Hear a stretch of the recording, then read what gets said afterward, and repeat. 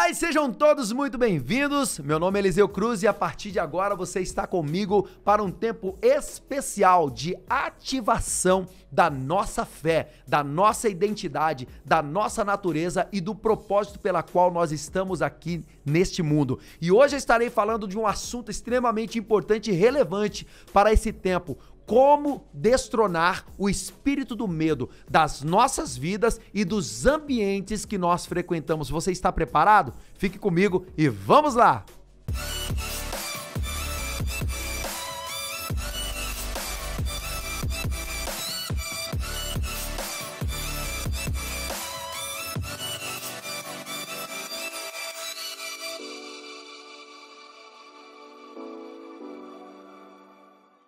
E vamos lá então, a partir de agora eu peço a sua contribuição, curtindo, comentando, se inscrevendo no nosso canal, ativando o sininho das notificações para que mais vidas possam ter acesso a esse conteúdo de altíssimo valor. E eu quero compartilhar com você uma palavra que Deus me trouxe neste dia a respeito de como destronar o espírito do medo. Primeiramente, antes de nós falarmos do modo como nós estaremos destronando esse espírito do medo das nossas vidas e dos ambientes que nós frequentamos, primeiramente nós temos que conhecer quem é o medo, o que é o medo. A inteligência emocional diz que o medo é uma das emoções básicas. As emoções básicas são a raiva, o medo, a tristeza, a alegria e o amor. Mas a Bíblia, ela vai muito mais além e ela diz que o medo não é simplesmente uma emoção básica, o medo é um espírito e todas as pessoas que se conectam a esse espírito acabam tendo o mesmo estado de espírito. Você pode comparar o comportamento, os pensamentos e os sentimentos de 1000 pessoas que estão com medo e você vai perceber que todas elas têm o mesmo padrão, a mesma sequência e a mesma combinação. Por que isso acontece? É como você sintonizar na rádio que você mais quer. Por exemplo, eu gosto muito da Antena 1. Aqui no interior de São Paulo, no Brasil, ela é a rádio 107.5. Quando eu sintonizo nessa frequência, então o meu aparelho, ele recebe todas as informações, ele faz um download de todas as canções, de toda a informação que está passando ali dentro daquela rádio. E então eu posso me conectar com tudo aquilo que está sendo transmitido. No momento em que a pessoa se conecta com aquela frequência espiritual do medo, então ela começa a receber todas as informações, todos os padrões, todos os comportamentos, todos os sentimentos e tudo aquilo que se materializará a partir do momento em que ela começar a se envolver emocionalmente com aquilo, a partir do momento que ela começar a ter as mesmas atitudes que o medo produz em todas as outras pessoas. Agora, como é que o medo é instalado na mente das pessoas? Isso aqui que é muito importante, grave bem. Se você puder, pega papel e caneta e comece a anotar. A primeira coisa que o inimigo planta na mente do ser humano é a semente da dúvida. Lá no Jardim do Éden, quando a serpente apareceu para Eva e para Adão, ela disse: é isso mesmo que Deus disse? Que vocês morrerão se comerem desse fruto? E se vocês não morrerem? E se esse fruto der sabedoria, entendimento, conhecimento, o que vocês podem fazer? Talvez vocês possam ser como Deus. Ele talvez está privando vocês exatamente disso. Olha que interessante. Adão foi criado à imagem, conforme a semelhança de Deus. Ela conseguiu vender para Adão e para Eva que eles precisavam fazer algo para merecer serem Deus aqui na terra, serem como Deus, e na verdade eles já foram criados como aqueles que estavam prontos para serem deuses aqui na terra. O salmista diz: vocês são deuses na terra, todos vocês filhos do Altíssimo, mas morrerão como qualquer governante, cairão como qualquer outro homem. É interessante como ela conseguiu plantar a semente da dúvida. Ela colocou a semente da dúvida com relação a quem Adão era, a identidade dele de filho. Será que você realmente é isso? Talvez, se no dia que você comer, você pode ser semelhante a ele. Quando ela plantou essa dúvida, então surgiu a insegurança com relação aos princípios que Deus tinha estabelecido para Adão e Eva, como princípio de fidelidade, como princípio de concordância. E então, aquilo gerou, além da insegurança, a preocupação. E como eles ficaram com dúvida, insegurança e preocupação, eles começaram a agir naquele estado de espírito do medo. Quando eles comeram, então se instalou neles, além do medo, a culpa. Porque a Bíblia fala que o perfeito amor lança fora o medo, porque o medo supõe castigo. Então, quando eles ouviram os passos de Deus no jardim, eles se esconderam. Aquele que antes era um deleite, o Deus que antes era um colo, era o afeto, era uma alegria estar com ele todos os dias ao entardecer, Deus, a partir daquele momento em que eles desobedeceram, se tornou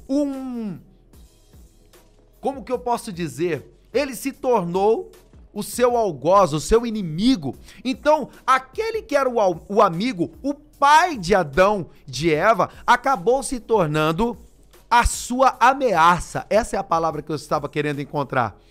Ao invés de enxergar Deus como um deleite, como aquele que era o seu pai que o amava, Adão começou a enxergar e encarar Deus como uma ameaça. E tudo isso por quê? Porque foi plantada a semente da dúvida, da insegurança e da preocupação. Quando esses três elementos estão combinados, eles produzem o medo. E o medo, ele é gerado justamente por conta da culpa.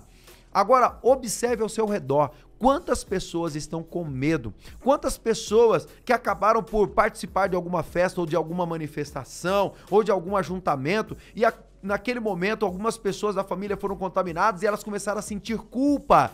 Então o medo, ele gera também a culpa, porque os outros pegaram, porque muitas pessoas morreram e quem é o culpado, o medo ele faz exatamente isso. E esse estado de espírito é sentido no espírito primeiramente, depois na mente e por último ele passa para o corpo e você se emociona você se move a partir do medo. Então todas as suas atitudes serão motivadas pelo medo. Agora vamos começar pelos pensamentos. Os pensamentos que uma pessoa que está com medo instalado na mente dela, os pensamentos vão funcionar como apoiadores para validar e reforçar aquele estado de espírito. Então ela irá pensar somente aquilo que estiver na mesma frequência e em harmonia com o estado predominante de medo. Agora, qual é o grande problema do medo? Ele pode entrar em um estágio criativo.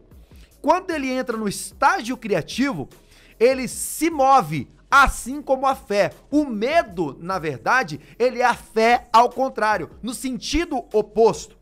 Então, a Bíblia diz que o homem vai colher exatamente a proporção daquilo que ele plantar. Não importa se você planta num terreno ou você planta no território fértil da sua mente. Não importa, você vai colher a exata proporção daquilo que você tiver plantando. E os pensamentos são sementes. Pensamentos são sementes. E uma vez que essas sementes é concebida ou essas sementes crescem no interior do homem, então elas criam raízes. Certa vez, os navegadores estavam no Oceano Pacífico e eles avistaram os icebergs. E quando eles chegaram perto, eles perceberam que os icebergs, eles não se moviam de acordo com o vento. E eles começaram a se questionar, por que eles não se movem de acordo com o vento? E então, futuramente, os mergulhadores que mergulharam para examinar o que acontecia próximo daqueles icebergs, eles perceberam que aquela massa que era vista era simplesmente superficial. O que mandava mesmo era o que estava debaixo das águas do mar.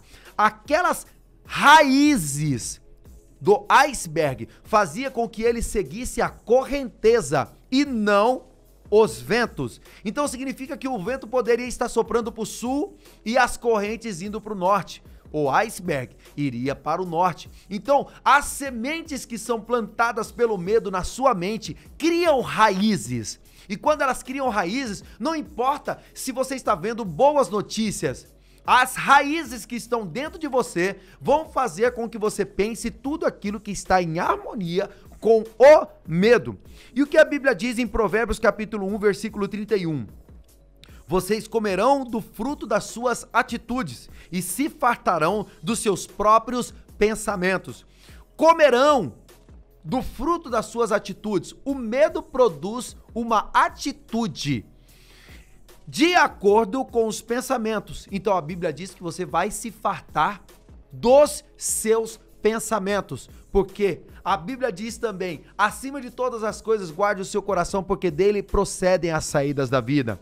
Jeremias capítulo 6, versículo 19 diz assim: ouça, ó terra, trarei a desgraça sobre este povo, o próprio fruto dos seus pensamentos. Ou seja, uma nação que está pensando em desgraça, uma nação que tem os seus olhos sobre a morte, uma nação que tem os seus olhos sobre a pobreza, a escassez, a limitação, uma nação que está na defensiva, porque a pior forma de você se colocar diante de qualquer obstáculo é se colocar no ambiente da defensiva. Se você está na defensiva, os seus pensamentos, eles serão limitados, serão pensamentos completamente opostos aos pensamentos de fé. Então Deus diz: trarei a desgraça sobre este povo, o próprio fruto dos seus pensamentos. Por quê? Porque não deram atenção às minhas palavras e rejeitaram os meus princípios. Quando Adão desrespeitou os princípios de Deus, o que Deus teve que fazer? Remover Adão daquele ambiente que ele tinha criado. Então ele teve que ser removido. Por quê? Porque se ele comesse do fruto da árvore da vida em pecado, ele seria eternamente um pecador. Deus poupou Adão de se colocar como alguém que viveria eternamente em função da culpa, em função do medo e do engano, do pecado. Deus queria preservá-lo, mas se ele tivesse permanecido no jardim em obediência, com certeza ele teria saído de lá para fazer com que essa terra pudesse ser um paraíso por completo, porque ele diz: crescei e multiplicai, povoai a terra. O propósito de Deus é que toda a terra fosse habitada por pessoas que pensassem exatamente como Deus pensa. Seria trazer o céu para a terra, trazer e estabelecer o céu na terra. Afinal de contas, não foi essa a missão de Jesus? Onde ele passava, ele estabelecia a vontade de Deus. Ele via alguém surdo, quando tinha acesso a Jesus Cristo, ele liberava aquela pessoa para escutar. Alguém enfermo, com febre, alguém sentindo qualquer tipo de enfermidade, como a mulher de fluxo de sangue, como alguém paralítico, como com alguém que morreu, simplesmente Jesus liberava a palavra de fé para que aquela pessoa pudesse ter a sua saúde restaurada, a sua fé restaurada, a sua mente restaurada, como muitas pessoas tiveram. Essa é a vontade de Deus. Por isso que Jesus Cristo disse: eu vim a esse mundo para desfazer as obras de Satanás. Mas olha, para que você possa experimentar a boa, perfeita e agradável vontade de Deus, você tem que aceitar os princípios de Deus. Jeremias fala assim: porque eles não deram atenção às minhas palavras e rejeitaram os meus princípios.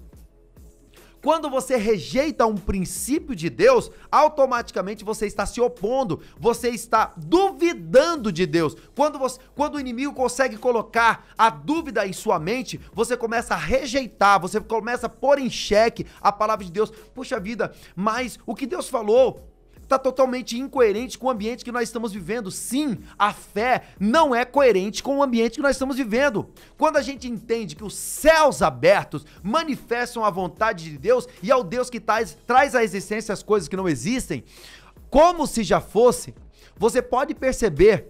Ana, uma mulher estéril, deu à luz a Samuel. Sara deu à luz a Isaac. São mulheres estéreis. E quando Deus dá uma promessa, a promessa é totalmente incoerente com o corpo delas. Tanto é que Sara até ri. E o anjo pergunta: por que você riu? porque ela achou cômico uma mulher com 90 anos de idade dar à luz a um filho. Ela achou aquilo impossível, mas a Bíblia sempre está dizendo: haveria alguma coisa impossível para Deus? O impossível só é impossível até que alguém vá lá e faça. Jó também diz: porque eu recebi exatamente o que eu temia, e o que eu receava me sobreveio. Você percebe que o medo, ele pode entrar no estágio de criação, no estágio criativo, porque o medo, novamente, eu quero dizer para você, o medo é a fé no sentido oposto. E assim como a fé materializa, o medo também materializa. Agora, por que isso? Pensamentos são energia. Pensamentos concentrados são energia concentrada. Então, se o seu pensamento está concentrado no medo, você vai ter pensamentos e mais pensamentos para validar e reforçar o primeiro pensamento, a primeira semente. Isso vai produzir uma energia concentrada e vai gerar a necessidade de você começar a planejar o que vai acontecer a partir daquele momento. É assim que as pessoas veem. Elas estão assistindo o jornal e elas começam a pensar: e se acontecer comigo? Como é que vai ser? Como é que vai ser no meu corpo? E se eu isso? E se eu aquilo? E começa a pensar. E naquele momento que você está pensando, você está planejando. O seu corpo está sentindo como se aquilo estivesse acontecendo. E automaticamente você começa a criar. E você começa a atrair e a manifestar no ambiente visível aquilo que está apenas na sua mente. Normalmente acontece o que planejamos. Agora imagina o seguinte, que nesse vídeo, daqui a aqui, você tem uma série de linhas, tá? Aqui embaixo, imagine que é o 0 e aqui em cima é o 1000. No 0, acima um pouquinho, você tem em torno de 20 a 30 Hz, segundo o Dr. David Hawkins. Ele fez a medição da frequência de uma pessoa que está num estado emocional de vergonha. Ela está vibrando tão lentamente, ela está tão paralisada, ela está tão lenta, a vibração dela é tão pequena que ela está como se estivesse parada na vergonha. Depois você tem o medo e outros tipos de sentimento, outros tipos de vibrações, até que você chegue em 250 Hz, que é neutralidade. A partir daí, você tem outro modelo de emoções ou de frequência. Abaixo de 250 Hz, são emoções de contração. Não sei se você já viu uma pessoa que está possessa, você já viu isso no Exorcista, ou talvez você tenha visto isso dentro de alguma igreja, enfim. As pessoas se contorcem, as pessoas ficam ali completamente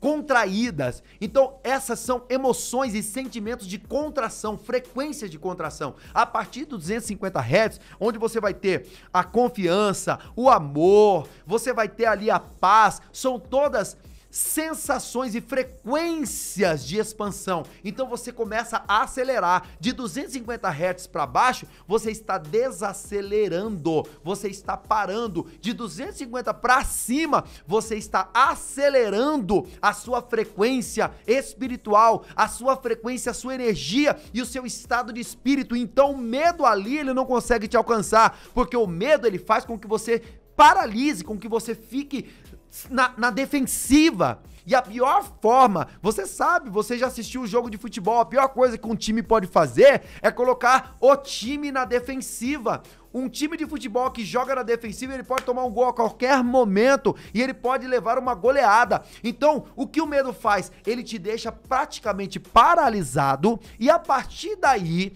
você começa a contrair. Então, como se vence o medo, afinal? O medo se vence a partir do conhecimento.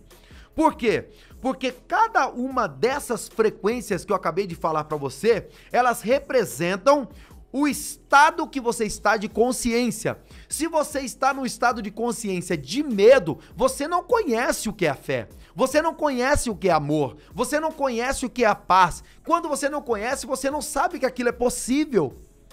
Tem muitas pessoas que ainda não sabem como viver uma vida vitoriosa. Por quê? Porque elas não conhecem.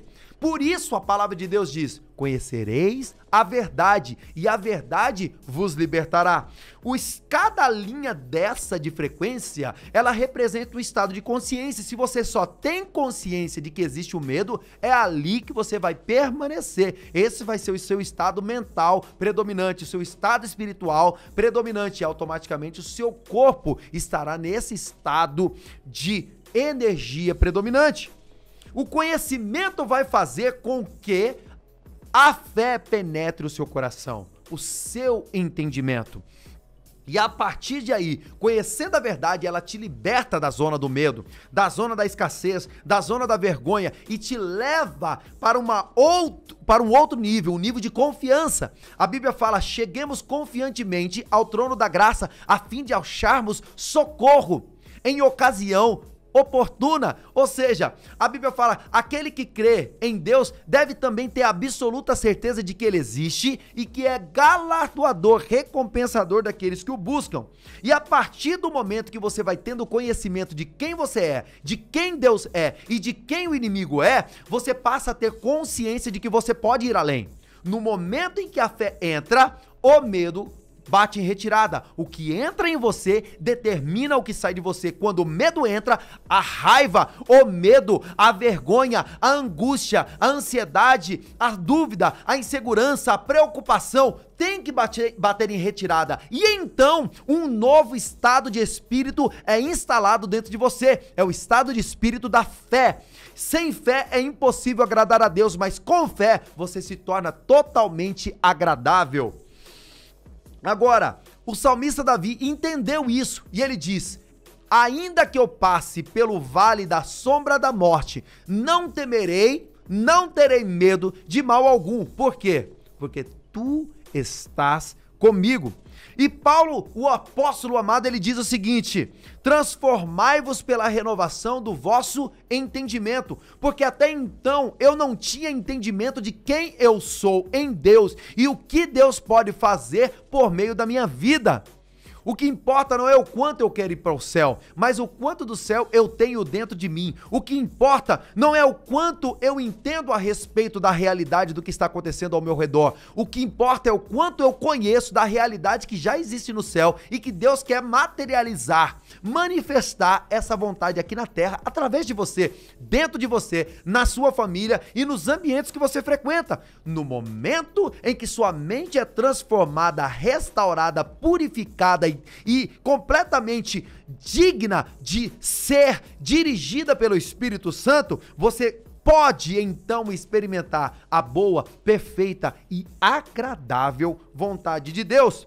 Agora, como eu inicio esse processo? Esse processo você inicia a partir do arrependimento. E o arrependimento não é um remorso onde você vai ficar se sentindo mal. Ai, meu Deus, eu não sei o que eu vou fazer da minha vida, me perdoa pelo que eu fiz. Não, o arrependimento não é isso. Arrependimento é mudança de perspectiva. É quando você passa a enxergar com os olhos de Deus. É quando você se movimenta não a partir do seu ponto de vista, mas a partir do ponto de vista de Deus. É quando você entende. Arrependimento na língua inglesa vem de repent. Re é voltar os seus olhos. Pente vem de penthouse, ao último andar do prédio. Então, quando você enxerga a partir de uma outra perspectiva, a Bíblia diz, Deus falando: os meus pensamentos são mais altos do que os seus pensamentos, e os meus caminhos são melhores do que os seus caminhos. Quando eu começo a enxergar como Deus enxerga, me movimentar como Deus se movimenta, perceber como Deus percebe a realidade, e não olhar para a realidade como ela é, mas a partir de quem eu sou. Deus olha para um universo completamente escuro, uma terra sem forma e vazia, e Deus diz: haja luz. A palavra de fé, ela vai ser completamente incoerente com o ambiente em que ela é manifesta, com o ambiente em que ela é liberada. Quando você libera a palavra de fé, você está dizendo: eu creio que o ambiente que eu estou vendo será completamente transformado pela palavra e pelas atitudes que virão após ela. Porque a boca fala do que o coração está cheio. Olhe para a realidade que você está vendo no mundo a partir da perspectiva de Deus. Ele diz: se vocês estiverem em mim e as minhas palavras estiverem em vocês, vocês pedirão tudo aquilo que vocês quiserem e será feito. Então o céu se manifestará na terra. E lembre-se, nossa missão na terra é cooperar com Deus na realização do seu plano. E quando você entende isso, você se apropria da autoridade que Deus te deu para vencer o medo, vencer a culpa, vencer o ressentimento e tudo aquilo que o medo produziu dentro de você. Chegou a hora, conhecereis a verdade e ela vos libertará. E a verdade é uma pessoa. Assim como o medo é um espírito, a verdade é uma pessoa e a verdade é Jesus Cristo. Ele diz: eu sou o caminho, a verdade e a vida. Ninguém vem ao Pai a não ser por mim. Chegou o dia de você conhecer Jesus, ter Ele dentro do seu coração, instalar na sua mente os mesmos pensamentos para que você possa viver uma vida abundante. O Evangelho de Jesus Cristo é o poder de Deus para livramento, segurança, preservação, cura, perfeição, prosperidade e abundância. Tudo isso já está disponível para você, mas o seu estado de consciência deve aumentar à medida que você conhece a palavra de Deus. E então você poderá viver hoje o melhor dia da sua vida. E mais uma vez eu te peço que você curta, comente, compartilhe, ative os sininhos das notificações para que mais pessoas possam ter acesso a esse conteúdo de altíssimo valor e você possa receber todas as notificações aí no seu smartphone. Deus abençoe você e toda a sua família.